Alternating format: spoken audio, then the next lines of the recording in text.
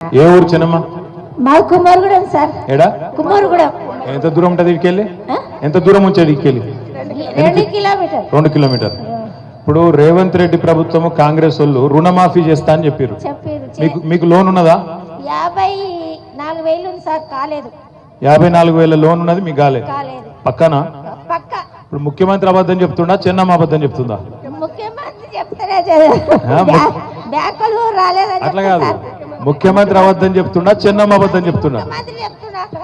మరి మాకు రాలేదు. మరి కేసు ఎవరి మీద పెడదాం? ముఖ్యమంత్రి మీద పెడదామా, చెన్నమ్మ మీద పెడదామా? ఎవరి మీద పెట్టాలి? కాదు, మోసం చేసిన మీద కేసు పెట్టాలనా లేదా?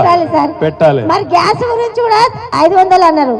మరి 500 900 తీసుకుంటుండ్రు, 400 బ్యాంకులో పడతలేవు. పడుతున్నాయా? పడతలేవా? పడతలేవు సార్. లేవా? పడతలేవు. అది కూడా గ్యాస్ ముచ్చటనే అయిపోయిందా? అది గ్యాస్ లోన్. 4 ఎకరాల భూమి ఉంది సార్. 4 ఎకరాలు ఉన్నది.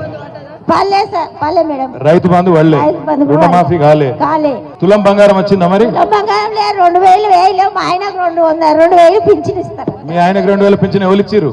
మా కేసీఆర్. ఈయన ఇయ్యలే కదా. మరి మరి నేను 4,000 ఇస్తాను కదా. అదే కదా. ఎక్కడ పోయిందో ఆయన దొక్కపోయాడు. ఆయన ఉన్నాడు.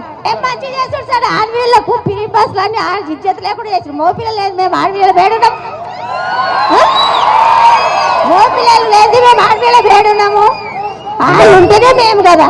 నువ్వు లాజికల్ గా అడిగితే నేనేం చెప్తాను? లాజిక్ తో పద్ధతి కాదు సార్. పద్ధతి కాదా? కాదు కాదు.